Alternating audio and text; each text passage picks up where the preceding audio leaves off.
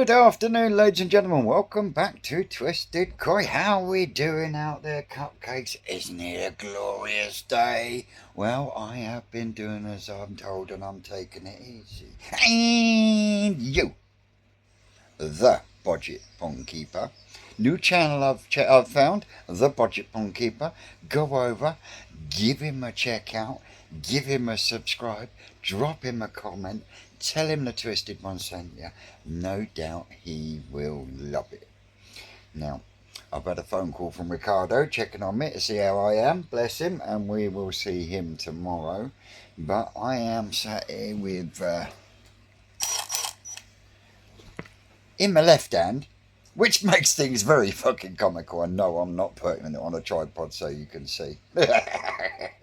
But I've done a few holes on one and I've got the last one to do. So yeah, and then hopefully we'll be able to get that up and running and bubbling in the vat, ready for Rocket Boy giving me the K1 Micro tomorrow. I also had a message this morning saying, "Oi oi Shag, I'm in Basingstoke. Alright to come round for a cup of tea?" Yeah, fucking right. But I haven't got a red carpet. What am I going to do? Honestly, I've got a film star coming. I'm blown away. Anyway, enough of that. Let me spin you around and look at what I'm tinkering with. So yeah, I was given this here a stainless steel rod. And as you can see, I've now got 3 fixed in there with the weight in the bottom. I've just got to get 2 more of these sponge Dewberry firkins to go in the front of this one and this one that I'm just about to start making holes in. And then that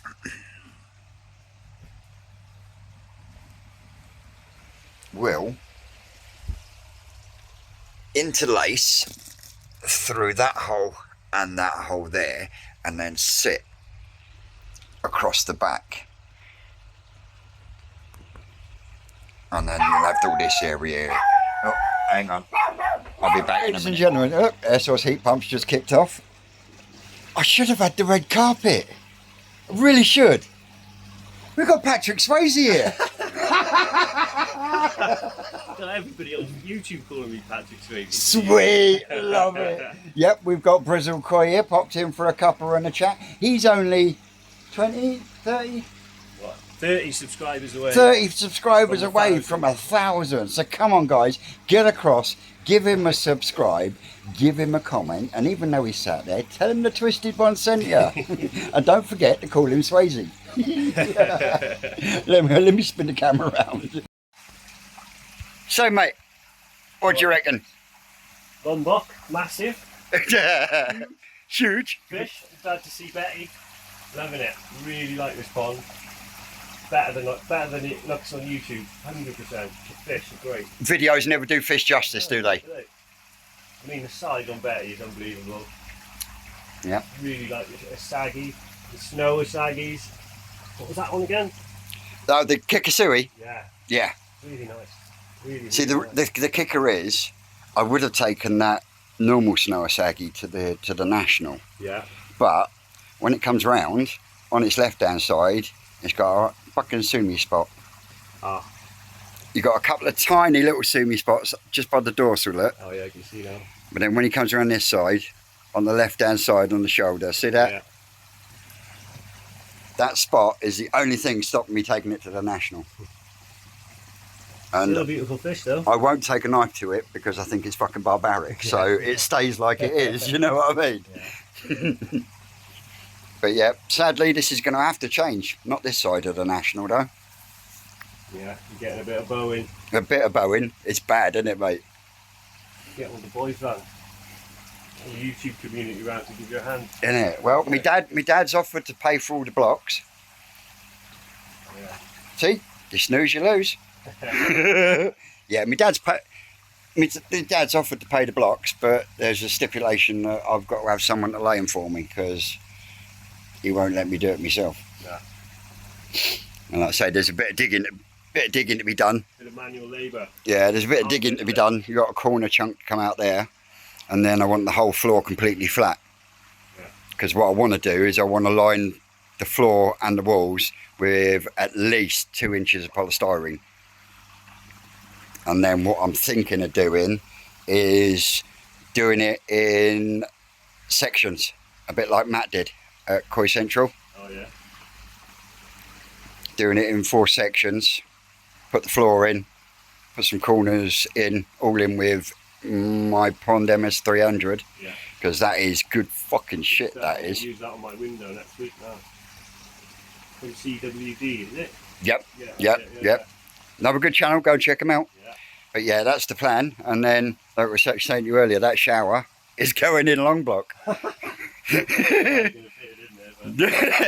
will, I know you will. Oh yeah, mate, if I can shoehorn it in. I mean, at the moment we've got 2 Tempests, 3 Easy Pods, 2 bio bins, a shower, 4 air pumps, 2 water pumps, uplift. You unbelievably well. That looks bigger on YouTube than it actually is.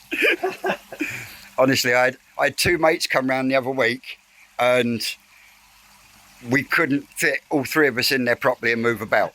It's crazy, but the fish are doing really well in there. Yeah. And they've been turned up to 28 today as well, especially after today being so warm. So I hear anyway that you've thrown the gauntlet down. What do you mean? Well, for the growing show. Yeah, I'm rushing to get my new grow on ready. I signed up for the growing show 2 weeks ago. My block work hadn't even been finished.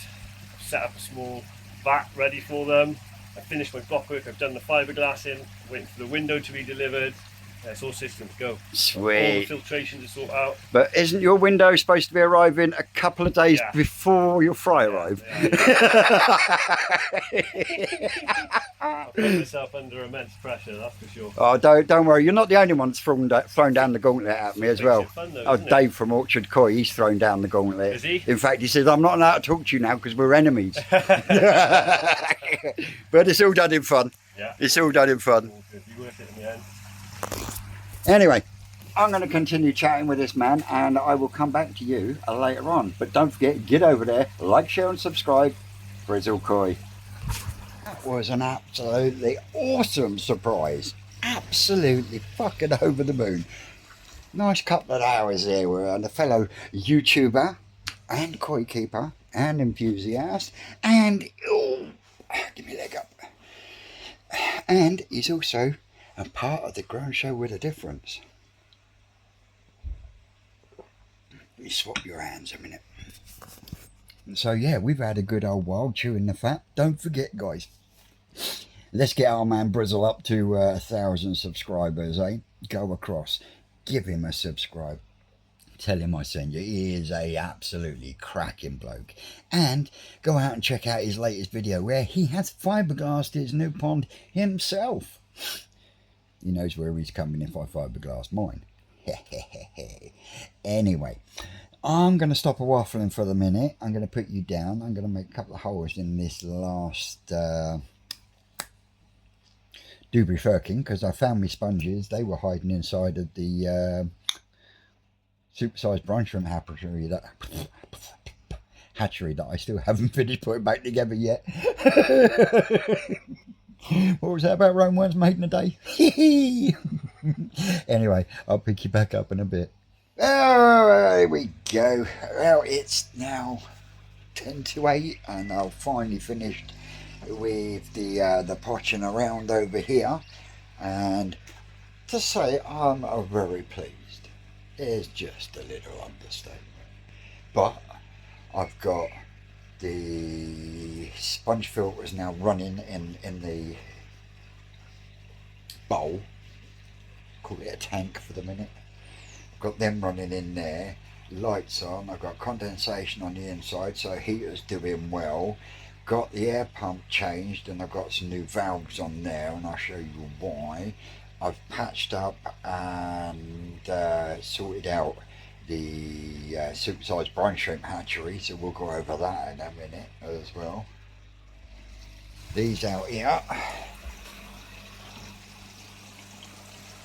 are just about to get their second dose of Malachite green formula for white spot that's in the tank. This tank is now starting to green up, slowly but surely.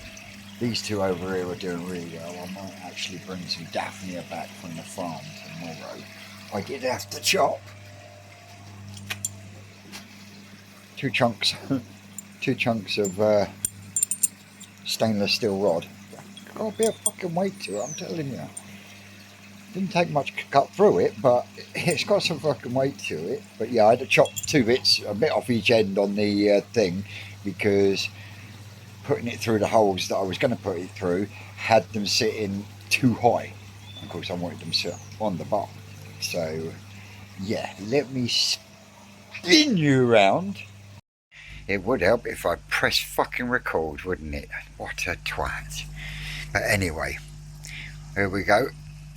Zoom you out a bit. You've got 4 Oasis bottles turned into sponge filters. We are starting to go green in there, but not as green as I'd hoped, so I'm getting some more fertiliser in there. A bit more chicken shit. But yep, that's them all in and going lovely, and no flickering from that light. Even fucking better. But yep, we're all tapped up now on this little air pump. Does the fucking trick. Absolutely beautiful. And the supersized brine shrimp hatchery. Now, I did give Rocket Boy one of these caps, and I've actually glued these onto a bigger cap.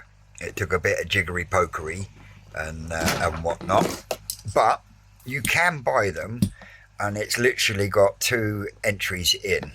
Now, one here, this one here that you can see is going up the back, that is the air line, and this one is the line to drain them out. Now, this is the way I do it. People do it completely different, and everyone's got their own method. Now, I put my salt in, I put my warm water in, because I'm going to be putting a little 50 watt heater in there to keep them at about 24 to 26 degrees to help them hatch quicker. And with these caps, they're actually brilliant, because all you need is bubbles to come from the bottom to keep the cysts suspended in the salt. Now, these containers, I've blocked them in. I've got to put a bit more tape down here, all around the top. And then I've left this little section here open. And the reason for that is you leave your light on the top while you're waiting for your brine shrimp cysts to hatch. Usually in the right conditions, 24 hours is good enough, right? And then what you do is when you want to harvest your brine shrimp, you take the light away from the top and you cover that over. You then put the light down the bottom where this open bit is, and within 5 minutes all your brine shrimp that are hatched will all sink down to this part here, and all the unhatched cysts and that will float on the top. You then turn the tap, empty them out into a cup with a little bit of mesh, and then feed the fry. Simple. I reckon I could make one of them last 2 days.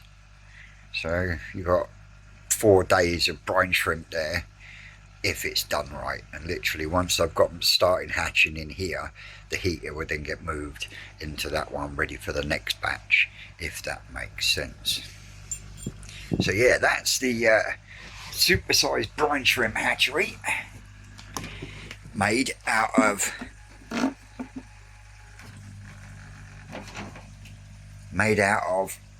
bits and pieces. Anyway, on that note, I'm going to tidy up and call it a day, because we're at the forest tomorrow. So there we go, guys. That's been me tinkering around after a superstar visit that I didn't expect, As always, I've been Twisted Koi. You lot out there, you know you're great, and we will no doubt see you live tomorrow at New Forest Koi. That's all, cupcakes.